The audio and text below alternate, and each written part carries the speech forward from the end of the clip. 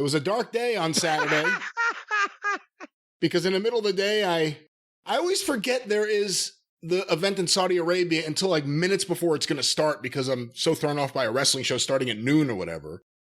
But of course, Saturday, Elimination Chamber in Saudi Arabia.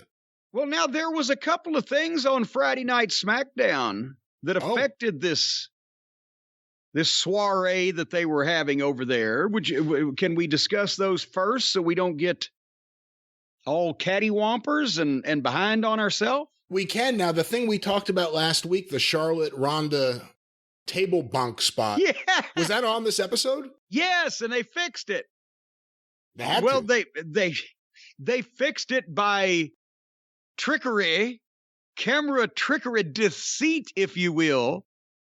When, as you will recall, when last we left our space family, Charlotte had stood up and Ronda reached out and grabbed her head and just went, and Charlotte didn't know what the fucking went with it, and it was just all fucked up.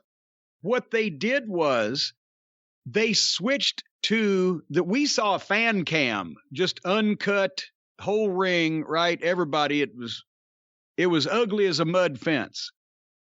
The camera shot that they got on television when it happened was the handheld that was in the ring behind Charlotte. And you'll know what I'm talking about. When Ronda reached out and grabbed her and her head started to go down, they did one of those goofy zoom in real quick and outs like they do to cover up that the guys don't know how to work. And the zoom in was so tight that you couldn't tell what happened. And the zoom out, you saw Charlotte flying backwards and you heard a bonk.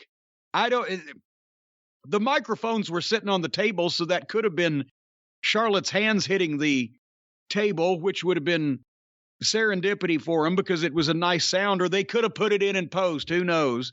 But one way or another, you couldn't fucking tell because you couldn't see what happened. So they covered it, believe it or not. But otherwise than that, oh boy. Did you see the segment with the contract signing for the Rousey event? I did on not. SmackDown. No, I did not. Well, it was led off the show. Cruella DeVille comes out with her arm in a sling from where she got armbarred on what Raw was it, previous episode. Here comes Charlotte. Then here comes Naomi and Ronda Rousey together for the contract signing. Poor Adam Pearce, who just has to, unfortunately, preside over all of these things. You know what his email is going to be when he resigns? First of all, fuck Ronda and Naomi.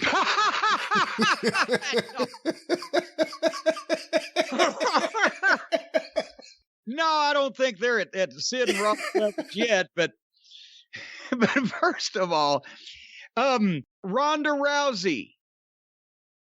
Again, she comes out and she and Naomi make their way skipping to the ring. She's smiling. She's got her arms around Naomi, the Dayglow Shirley Temple herself. She's already been made one of the girls. I can understand if it was a reluctant situation where Ronda Rousey, you're going to be forced to team with Becky Lynch or Charlotte or whoever, a main event girl, and she doesn't really want to. But now they put her in a position where she without the game face on that makes her such a badass, or made her such a badass on her way to the octagon or the cage or whatever group she was fighting for MMA. She's palling around with the other. She's just one of the girls on the roster.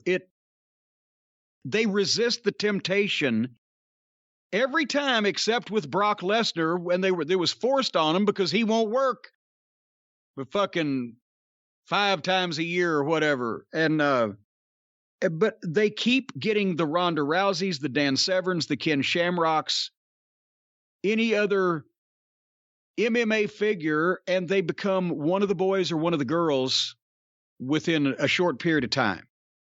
And in the way that they're presented, the way that they interact with everybody else. And Naomi and Ronda just sit down on one side of the table, and there's Cruella and Charlotte on the other side, and they just bickered at each other and talked over each other, and it made them all mostly just nattering, bitchy girls in high-pitched voices, nattering, which is, I think, what they were going for. So Cruella, who I love her look. I've now seen one of her matches. I love her look. She gave him a last chance to back out because she's thrown in a new stipulation. Ronda Rousey has to wrestle with one arm tied behind her back at the Saudi Arabia Elimination Chamber Super Show. And even if, and we'll talk about in a minute why that's as a stupid stipulation, but even if you didn't mind them doing that, Ronda should not have been happy about it. But she just laughed and immediately signed like, I don't care. Okay, even if you think you can kick the shit out of Cruella and her arms in a sling from what you did to her, Charlotte's on the team also. You're going to fight Charlotte just willy-nilly, just frivolously agree to fight Charlotte with one hand tied behind your back. It's just fucking stupid. Why even do it if she's going to laugh about it? So she signs the deal, and then they cover up the head spot, and then the baby faces turned the table over, and the heels scampered out, and that was the end of that. So that set up the stipulation on the Super Show that they went through with, and she did wrestle with one arm tied behind her back at one point, and as it usually does, it slid over to the side through the course of the proceedings. That's what happened there.